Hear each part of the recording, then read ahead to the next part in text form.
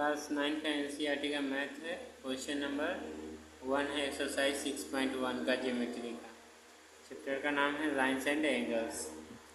तो क्वेश्चन में दिया हुआ है क्या, ए बी और सी डी इंटरसेक्ट्स कर रहा है पॉइंट ओ पे, यानी ए बी देखना है, ए बी एक लाइन से और सी डी यह एक दूसरे को इंटरसेक्ट कर रहा है पॉइंट ओ पे। और ए O C angle A O सी और प्लस एंगल बी ओ ई का वैल्यू दिया हुआ है 70 डिग्री। फिर है बी ओ डी भी दिया हुआ है 40 डिग्री। तो बी ओ डी ये 40 डिग्री। Find angle B O E and reflect angle C O ई।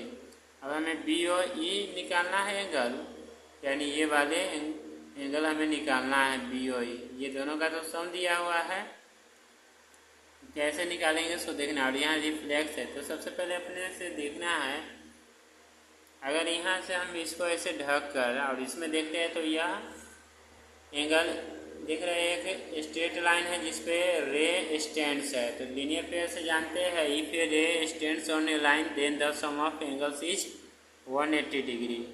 तो ये इसमें लिखेंगे angle A O C plus angle C O E और plus angles B O E equal to 180 degree. ठीक है, तो बी ओ ई लिख देंगे और इसमें हमें सी ओ ई का वैल्यू नहीं दिया हुआ है तो सी ओ ई निकाल देंगे, है ना। और पूछ भी रहा है क्वेश्चन में सी ओ ई निकालने के लिए। ठीक है, और दूसरा का फिर है सेकंड है बी ओ ई भी निकालना है। तो बी ओ ई कहाँ है, तो पहले बी ओ ई ही निकाल देंगे। ठीक है, तो बी ओ ई कैसे निकालेंगे, सिंपल सी है, देखते हैं ए ओ सी और प्लस बी ओ ई ये दोनों का वैल्यू तो दिया हुआ है, लिख देंगे गिवन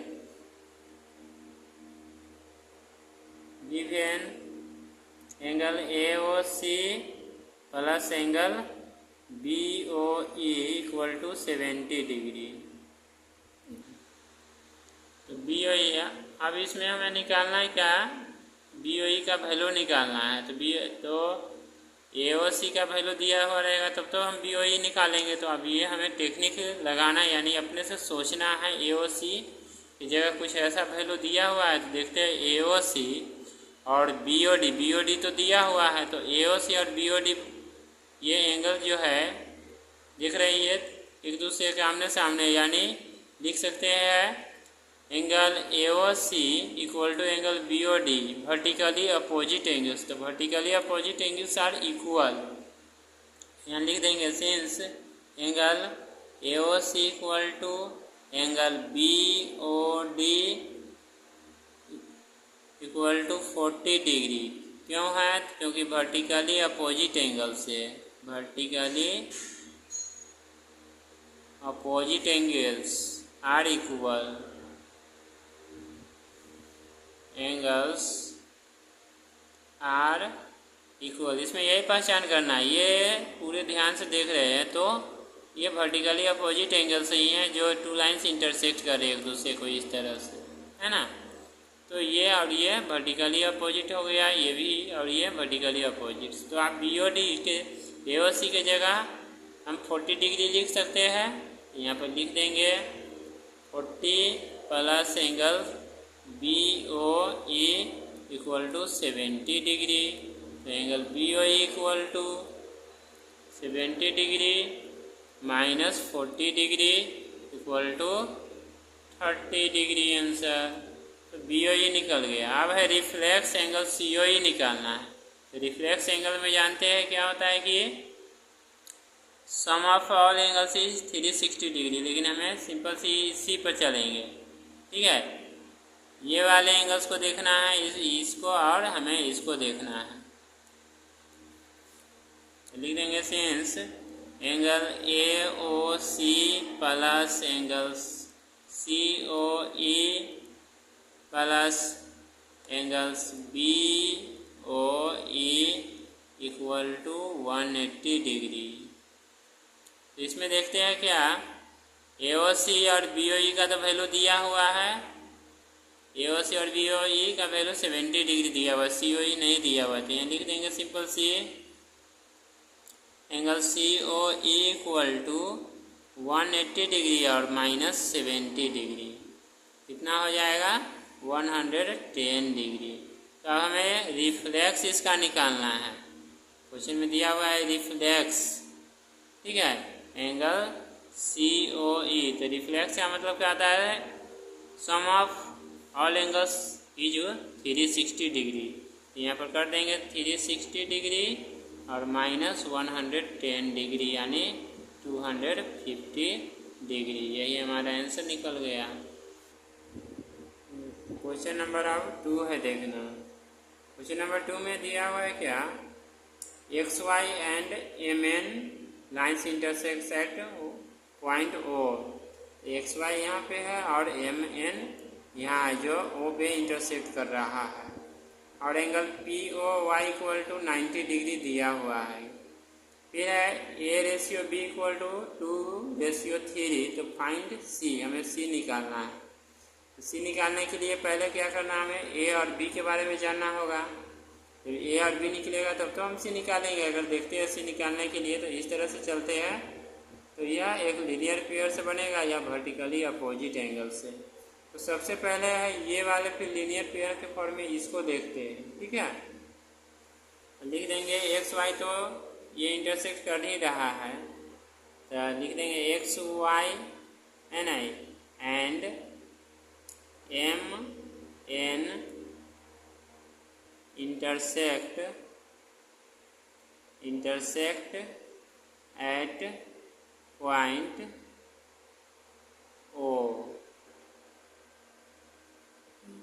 तो इंटरसेक्ट कर रहा है, तो अब लीनियर पेयर में देखते हैं क्या? MO और PO स्टैंड्स है किस पे? XY पे। तो लिख देंगे यहाँ पर एंगल A प्लस सीधे A plus B plus angle POY, angle POY equal to 9 कितना? 180 डिग्री, 180 डिग्री, ठीक है। स्ट्रेट एंगल से हो गया, या लीनियर पेयर बोले, लीनियर पेयर। तो A प्लस B का तो वैल्यू नहीं दिया हुआ है, लेकिन ये 90 डिग्री दिया हुआ है, तो 180 में से 90 माइनस कर देंगे एंगल, यानी POY इक्वल टू 90 डिग्री दिया हुआ है। तो कितना हो गया? A plus B equal to 90 degree. इसको इक्वेशन फर्स्ट बना लेते हैं। फिर दिया हुआ है गिवन में A/B, यानी A/B करने का मतलब A/B इक्वल टू 2/। तो अब A plus B equal to 90 degree जो दिया हुआ है और A/B इक्वल टू 2/3, तो हमें क्या करना है? सेपरेट इसका निकालना है, A या B का। तो लिख सकते हैं सिंपल सी, A का निकालने के लिए, तो A निकालने के लिए इसमें 2 में B से मल्टीप्लाई करेंगे तो कितना हो जाएगा? 2B हो जाएगा, और बाई 3। ऐसा हो सकता है, हो सकता है। अब ये इक्वेशन सेकेंड हो गया। अब A का वैल्यू क्या करेंगे? इक्वेशन फर्स्ट में पुट कर देंगे, रखेंगे। तो A प्लस B दिया हुआ है, A की जगह लिख देंगे 2B/3 plus B equal to 90। तो टोटल हो जाएगा 5B/3 इक्वल टू 90। कटेगा 18 से, और B इक्वल टू 18 में 3 से मल्टीप्लाई करेंगे, क्रॉस मल्टीप्लाई, तो 54 डिग्री, यानी B का निकल गया। तो अब हमें A का निकालना है। तो A के निकालने के लिए क्या करेंगे? B का वैल्यू पुट कर देंगे, 2B/3 दिया हुआ है, तो 2 इंटू 54/3 कटेगा, यानी 36 डिग्री।